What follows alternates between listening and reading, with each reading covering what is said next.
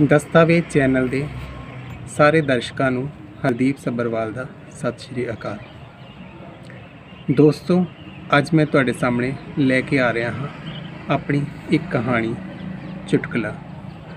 ਬੱਚੇ ਖੁਸ਼ ਹਨ ਅਤੇ ਖਿੜਖਿੜਾ ਰਹੇ ਹਨ, ਸਭ ਦੇ ਬਸਤੇ ਬੰਦ ਹਨ, ਕਿਉਂਕਿ ਅੱਜ ਕੁਝ ਪੜ੍ਹਨ ਦਾ ਨਹੀਂ ਬਲਕਿ ਬਾਲ ਸਭਾ ਵਿੱਚ ਚੁਟਕਲੇ ਅਤੇ ਕਵਿਤਾਵਾਂ ਦਾ ਵਕਤ ਹੈ। ਸਕੂਲ ਦੀ ਵਰਦੀ ਵਿੱਚ ਵੱਖ-ਵੱਖ ਬੱਚੇ ਇੱਕੋ ਜਿਹੇ ਲੱਗ ਰਹੇ ਹਨ, ਛੋਟੇ-ਛੋਟੇ ਮਾਸੂਮ ਬੋਟਾਂ ਵਰਗੇ, ਜਿਵੇਂ ਤਾਲਾਬ ਵਿੱਚ ਮੁਰਗਾਬੀਆਂ ਦਾ ਕੋਈ ਝੁੰਡ ਮਸਤੀ ਕਰਦਾ ਤੈਰ ਰਿਹਾ ਹੋਵੇ। ਅਧਿਆਪਕ ਜੀ ਵੀ ਕਲਾਸ ਵਿੱਚ ਅੱਜ ਗੁੱਸੇ ਵਿੱਚ ਨਹੀਂ ਬਲਕਿ ਖੁਸ਼ ਨਜ਼ਰ ਆ ਰਹੇ ਹਨ। ਉਹਨਾਂ ਨੇ ਰੋਲ ਨੰਬਰ 1 ਨੂੰ ਖੜਾ ਕੀਤਾ। ਇਹ ਬੜਾ ਬੀਬਾ ਬੱਚਾ ਹੈ, ਪੜ੍ਹਾਈ ਵਿੱਚ ਸਭ ਤੋਂ ਹੁਸ਼ਿਆਰ ਤੇ ਕਲਾਸ ਵਿੱਚ ਸਭ ਤੋਂ ਸਾਫ ਸੁਥਰਾ ਬੱਚਾ। ਕਾਕਾ, ਤੂੰ ਕੋਈ ਕਵਿਤਾ ਸੁਣਾ, ਅਧਿਆਪਕ ਜੀ ਨੇ ਹੌਸਲਾ ਅਫਜ਼ਾਈ ਕਰਦੇ ਕਿਹਾ। ਬੱਚਾ ਪਹਿਲਾਂ ਹੀ ਜੋਸ਼ ਵਿੱਚ ਸੀ। ਉਸਨੇ ਕਵਿਤਾ ਬੋਲਣੀ शुरू की थी।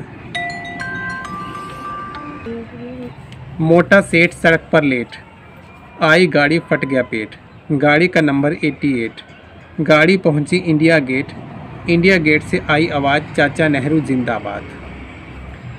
ਬੱਚੇ ਜੋਸ਼ ਨਾਲ ਕਵਿਤਾ ਦੀਆਂ ਸਤਰਾਂ ਦੁਹਰਾ ਰਹੇ ਨੇ, ਸਿਰਫ ਇੱਕ ਬੱਚੇ ਨੂੰ ਛੱਡ ਕੇ। ਕਵਿਤਾ ਸੁਣ ਕੇ ਉਹ ਕੁਝ ਘਬਰਾ ਗਿਆ। ਉਸਦੇ ਚਿਹਰੇ ਤੇ ਡਰ ਉਭਰ ਆਇਆ ਸੀ। ਉਸਨੇ ਆਪਣੇ ਨਾਲ ਬੈਠੇ ਸਹਿਪਾਠੀ ਨੂੰ ਪੁੱਛਿਆ, ਜੇ ਉਸਦਾ ਪੇਟ ਫਟ ਗਿਆ ਤਾਂ ਕੀ ਉਹ ਮਰ ਗਿਆ? ਸਹਿਪਾਠੀ ਨੂੰ ਇਹ ਗੱਲ ਕਵਿਤਾ ਤੋਂ ਵੀ ਜ਼ਿਆਦਾ ਮਜ਼ੇਦਾਰ ਲੱਗੀ। ਉਸਨੇ ਉਸਦੇ ਪੱਟ ਤੇ ਚਪੇੜ ਮਾਰਦੇ ਹੋਏ ਕਿਹਾ, ਹਟ ਪਾਗਲ। ਬੱਚਾ ਕੁਝ ਸਮਝ ਨਾ ਸਕਿਆ। ਬਾਕੀ ਸਾਰੇ ਬੱਚੇ ਮਾਹੌਲ ਵਿੱਚ ਖੁਸ਼ ਅਤੇ ਰਮੇ ਹੋਏ ਸਨ। ਉਹ ਕਿਸੇ ਪੰਛੀ ਦੇ ਵਿਸ਼ਾਲ ਝੁੰਡ ਵਰਗੇ ਸਨ ਜੋ ਅਸਮਾਨ ਵਿੱਚ ਤਾਰੀ ਲਾ ਰਹੇ ਹਨ। ਅਧਿਆਪਕ ਜੀ ਨੇ ਹੁਣ ਇੱਕ ਕੁੜੀ ਨੂੰ ਖੜਾ ਕੀਤਾ। ਇਹ ਕੁੜੀ ਕਲਾਸ ਦੇ ਬੱਚਿਆਂ ਵਿੱਚੋਂ ਸਭ ਤੋਂ ਅਮੀਰ ਘਰ ਦੀ ਕੁੜੀ ਹੈ। ਉਸ ਦੀ ਅਮੀਰੀ ਉਸਦੇ ਕੱਪੜਿਆਂ, ਵਤੀਰੇ ਅਤੇ ਗੱਲਬਾਤ ਤੋਂ ਝਲਕਦੀ ਹੈ। ਅਸਲ ਵਿੱਚ ਉਹ ਕਲਾਸ ਦੀ ਰਾਜਕੁਮਾਰੀ ਵਾਂਗ ਹੈ। ਕੁੜੀ ਨੇ ਇੱਕ ਕਵਿਤਾ ਬੋਲਣੀ ਸ਼ੁਰੂ ਕੀਤੀ। तितली उड़ी, बस पे चढ़ी, सीट ना मिली, रोने लगी, ड्राइवर कहता आजा मेरे पास, तितली बोली हट बदमाश। ਸਾਰੇ ਬੱਚੇ ਤਾੜੀਆਂ ਵਜਾਉਣ ਲੱਗ ਪਏ, ਪਰ ਉਹ ਨਿੱਕਾ ਜਿਹਾ ਬੱਚਾ ਅਜੇ ਵੀ ਪਰੇਸ਼ਾਨ ਸੀ, ਹੈਰਾਨੀ ਨਾਲ ਆਲੇ ਦੁਆਲੇ ਵੇਖ ਰਿਹਾ ਸੀ। ਉਸਨੇ ਆਪਣੇ ਸਹਿਪਾਠੀ ਨੂੰ ਫਿਰ ਪੁੱਛਿਆ, ਇਹ ਡਰਾਈਵਰ ਤਿਤਲੀ ਨੂੰ ਛੇੜਦਾ ਕਿਉਂ ਹੈ? ਸਹਿਪਾਠੀ ਹੁਣ ਹੋਰ ਵੀ ਜ਼ਿਆਦਾ ਖੁਸ਼ੀ 'ਚ ਖਿੜ ਗਿਆ। ਉਸ ਨੂੰ ਉਸ ਦੀ ਗੱਲ ਸੁਣ ਕੇ ਬਹੁਤ ਮਜ਼ਾ ਆਇਆ। ਉਸਨੇ ਉਸਦੀ ਵੱਖੀ ਵਿੱਚ ਜ਼ੋਰ ਦੀ ਆਪਣੀ ਕੋਹਣੀ ਮਾਰੀ ਤੇ ਹੱਸ-ਹੱਸ ਕੇ ਦੋਹਰਾ ਹੋ ਗਿਆ। ਬੱਚਾ ਵੱਖੀ ਵਿੱਚ ਹੋ ਰਹੇ ਦਰਦ ਨਾਲ ਤੜਫ ਉੱਠਿਆ, ਪਰ ਉਸ ਤੋਂ ਵੀ ਜ਼ਿਆਦਾ ਦਰਦ ਉਸਦੇ ਦਿਲ ਅਤੇ ਦਿਮਾਗ ਵਿੱਚ ਹੋ ਰਿਹਾ ਸੀ। ਸਰ ਜੀ, ਮੈਂ ਇੱਕ ਚੁਟਕਲਾ ਸੁਣਾਵਾਂ? ਤੀਜੀ ਲਾਈਨ ਵਿੱਚ ਬੈਠੇ ਇੱਕ ਮੁੰਡੇ ਨੇ ਪੁੱਛਿਆ। ਇਹ ਮੁੰਡਾ ਪੜ੍ਹਾਈ ਵਿੱਚ ਸਭ ਤੋਂ ਪਿੱਛੇ ਤੇ ਸ਼ਰਾਰਤਾਂ ਵਿੱਚ ਸਭ ਤੋਂ ਅੱਗੇ ਹੈ। ਕਲਾਸ ਵਿੱਚ ਰੋਲਾ ਪਾਉਣ ਵਾਲੇ ਬੱਚਿਆਂ ਵਿੱਚ ਸਭ ਤੋਂ ਜ਼ਿਆਦਾ ਅੱਗੇ। हाँ भाई, तू भी सुना कोई वधिया जिहा चुटकला। अध्यापक जी ने हामी भरी। बच्चा चुटकला शुरू करता है। एक मुंडा अपनी मम्मी नूं कहंदा है, मम्मी तुसी मैनूं झूठ बोलिया है। मम्मी, कदों पुत्त?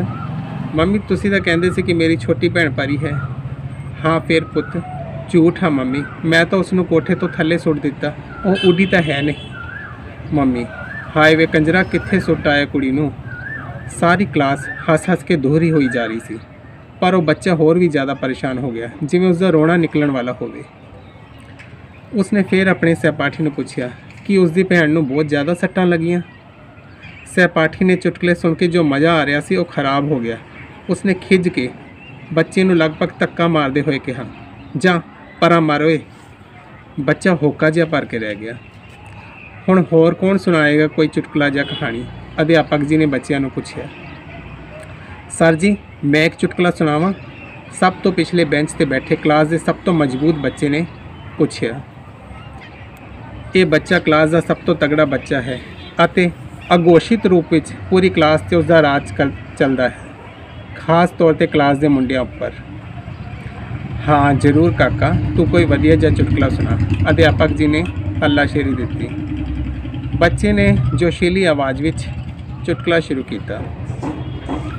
एक बार 3 अमली आपस में बैठे गल्लां कर रहे सन। पहला अमली कहन लगा, बाई मैं ना हुण पिंड दे बाहर ज़मीन लै लैनी है ते खेती करन लग जावांगा।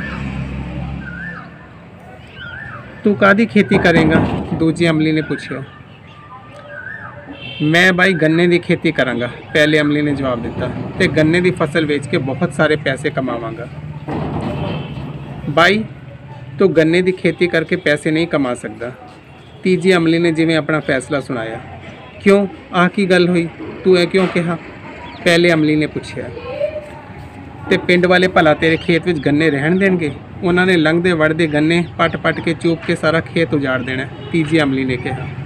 पिंड वालियां दी इन्नी हिम्मत, इन्हां नूं सबक सिखाना ही पएगा, पहले अमली ने गुस्से विच कहा।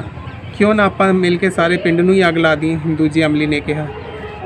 हाँ, आपां पिंड नूं अग ही ला देनी है, तीजी अमली ने भी हामी भरी।